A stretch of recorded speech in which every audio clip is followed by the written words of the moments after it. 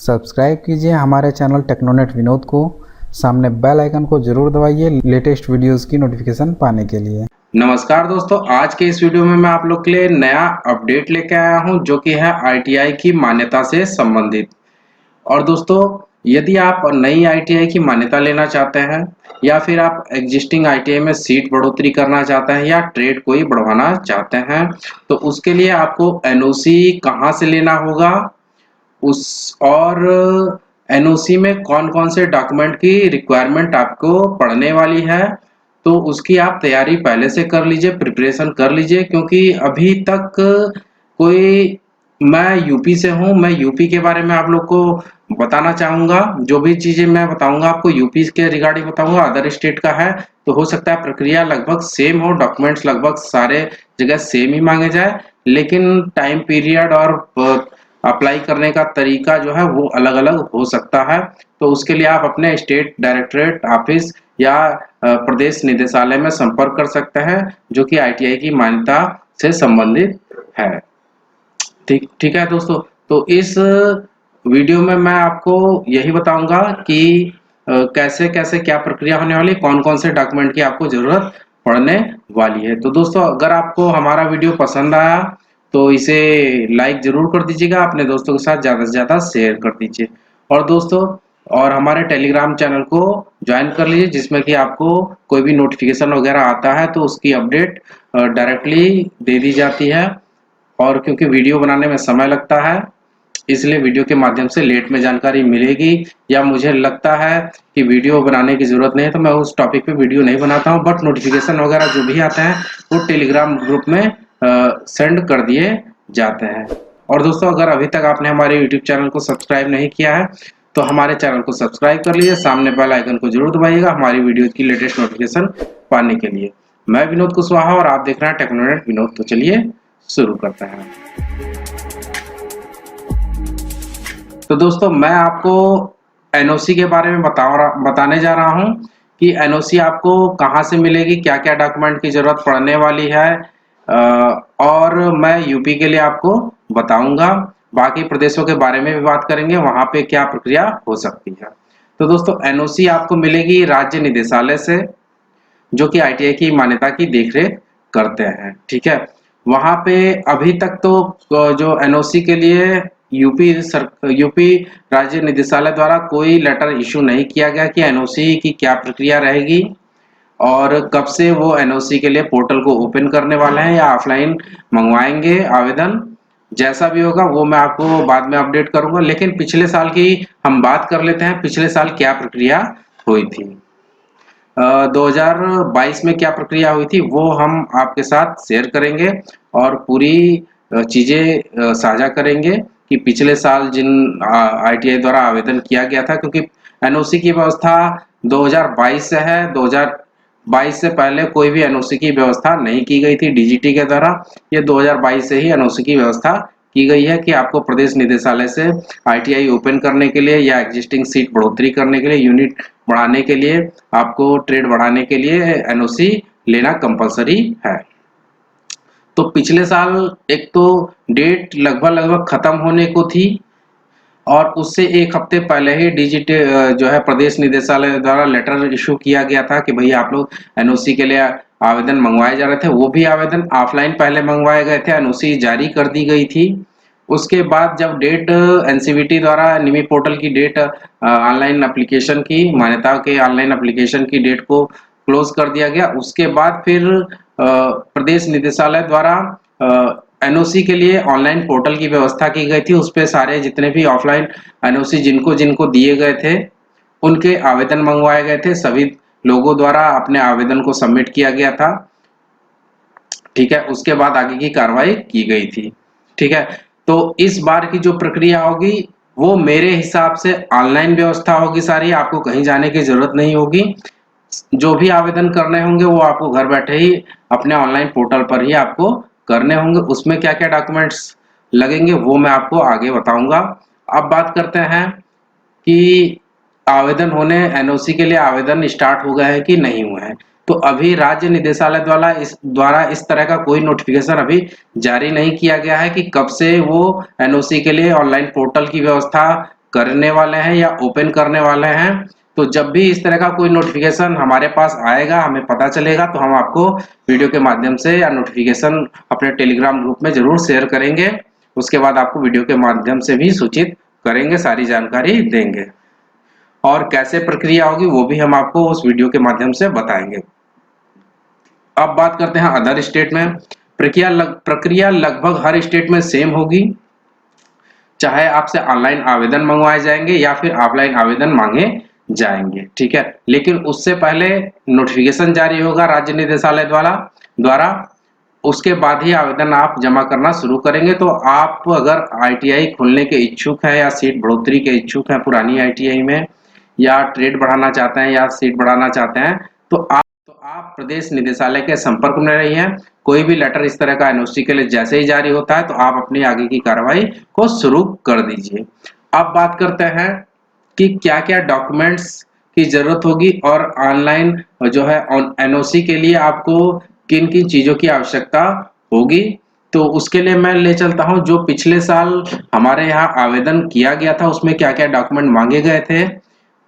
तो मैं ले चलता हूं आपको अपने कंप्यूटर की स्क्रीन पे, वहां पे आपको सारी चीजें स्टेप बाय स्टेप दिखा देता हूं कि क्या-क्या डॉक्यूमेंट्स की रिक्वायर थी, फॉर्म में क्या-क्या चीजें थी, क्या-क्या आपको फिलअप करना होता है। चाहे ऑनलाइन फॉर्म हो चाहे ऑफलाइन फॉर्म हो, दोनों में लगभग सेम ही चीजें भरनी होती हैं, क्योंकि ऑफलाइन पहले आवेदन जो हम लोगों द्वारा मंगवाया गया था उसमें भी वही चीजें थी, जो कि ऑनलाइन की व्यवस्था की उसमें भी वही चीजें सारी मांगी गई थी, ठीक है। तो आइए, तो ये देख लीजिए स्क्रीन पे, directorate of training and employment, रोजगार भवन, गुरु गोविंद सिंह, ये आपका ऑफिस है हमारा राज्य निदेशालय का, ठीक है। और online system to seek NOC to start new ITI, new trade, additional ITI unit, ठीक है। तो यूजर टाइप में एप्लीकेंट, बेसिक डिटेल सबसे पहले मांगी गई थी। तो ये एप्लीकेशन नंबर अभी भूल जाइए, ये जब आवेदन सबमिट हो जाता है उसके बाद हमें एप्लीकेशन नंबर जारी किया जाता है ऑटोमेटिकली, ठीक है। तो सबसे पहले जो आप आवेदन खोलेंगे तो वहां पे आपसे एप्लीकेंट नाम मांगेगा, उसके बाद मोबाइल नंबर आपको फिलअप करना होगा, ईमेल आईडी, जो आप को मोबाइल नंबर, एप्लीकेंट नेम और ईमेल आईडी वही भरनी है जो आप निमी पोर्टल के ऑनलाइन करते समय भरेंगे, ठीक है। एप्लीकेशन सबमिटेड, जिस दिन भी आप एप्लीकेशन सबमिट करेंगे उस दिन की डेट यहाँ आ जाएगी। परमानेंट एड्रेस में आपको पूरा एड्रेस डालना है, जो भी है आपका ब्लॉक, तहसील, डिस्ट्रिक्ट, पिन कोड के साथ।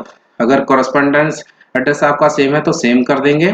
डिटेल्स ऑफ एग्जिस्टिंग आईटीआई, अगर आपकी एग्जिस्टिंग आईटीआई है तो आप यहाँ पे यस सेलेक्ट करेंगे, यस या नो के लिए दो ऑप्शन आएगा, या न्यू और एग्जिस्टिंग दो ऑप्शन आएगा, आपको एग्जिस्टिंग सेलेक्ट कर लेना होगा। एग्जिस्टिंग करेंगे तो आपके लिए आईटीआई का नाम पूछेगा, आप अपनी आईटीआई का नाम डालेंगे, उसके बाद एमआईएस कोड एंटर कर देंगे। अगर न्यू है तो सीधे आपके पास न्यू आईटीआई का नाम यहाँ पे एंटर कर देंगे आप, ठीक है।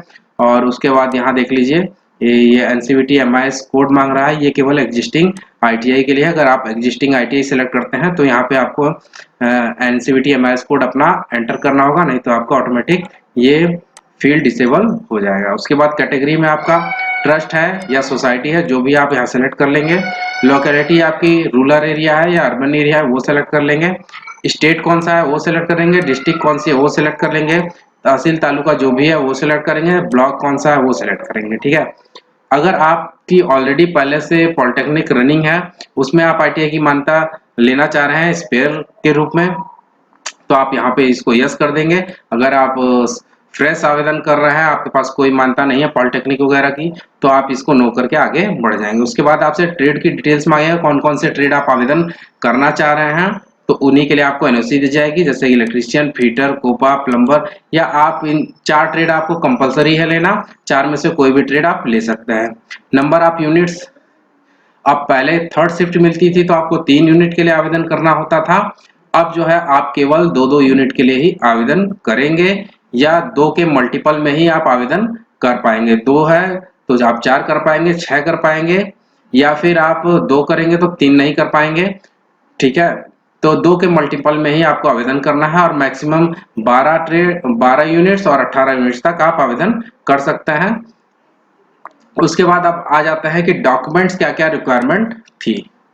तो अप्लीकेंट का आधार कार्ड की जरूरत पड़ेगी आपको, pan card, society, trust, company या ऑर्गेनाइजेशन जो भी आप जिस भी ऑर्गेनाइजेशन पे आप ओपन करना चाहते हैं उसके पैन कार्ड की आपको रिक्वायरमेंट होगी। यहाँ पे आपका एक्नॉलेजमेंट स्लिप नहीं लगानी है, यहाँ पे आपको पैन कार्ड ही लगाना है। अगर आप एक्नॉलेजमेंट स्लिप लगाएंगे तो हो सकता है आपके आवेदन को रिजेक्ट भी कर दिया जाए। उसके बाद रजिस्ट्रेशन सर्टिफिकेट आप लगाएंगे। सोसाइटी का रजिस्ट्रेशन, सोसाइटी है तो सोसाइटी का, ट्रस्ट है तो ट्रस्ट का, कंपनी है तो कंपनी का, ऑर्गेनाइजेशन है तो ऑर्गेनाइजेशन का रजिस्ट्रेशन पेपर आपको लगाना पड़ेगा। ठीक है।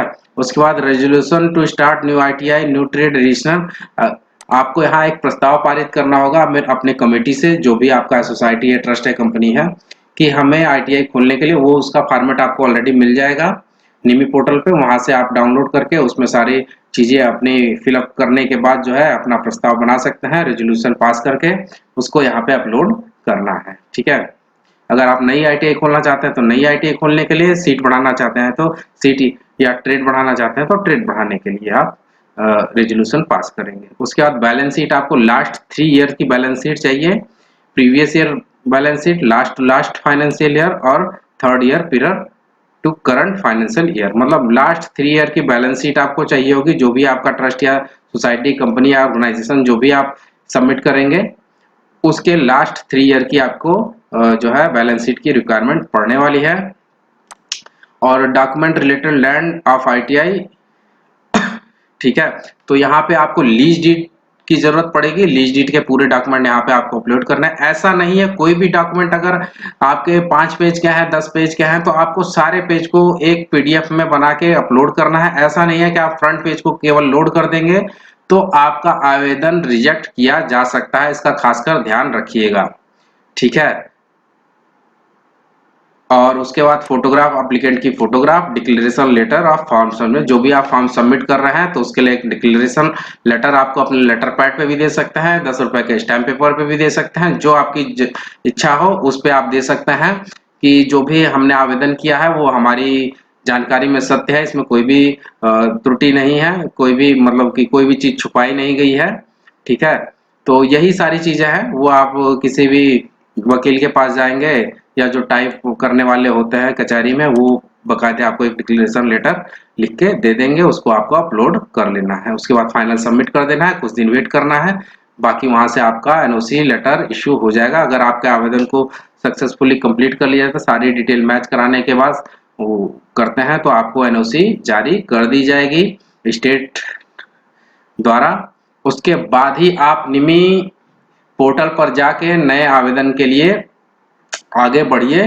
पहले से कुछ करने की जरूरत नहीं, जब तक आपको एनओसी ना मिले उससे पहले आप कोई भी प्रक्रिया निमी पोर्टल पर करेंगे तो कुछ भी नहीं होने वाला, वो आपका आवेदन निरस्त ही माना जाएगा। एनओसी लेके जाइए, उसके बाद जो भी प्रक्रिया आपको पूरी करनी है वो आप पूरी करिए। और आने वाले वीडियोस में मैं आपको निमी पोर्टल के तीनों स्टेजेस में क्या क्या डॉक्यूमेंट्स लगने वाले हैं उसके बारे में बताऊंगा। तो नेक्स्ट वीडियो हो सकता है 1-2 दिन में आपको मिले।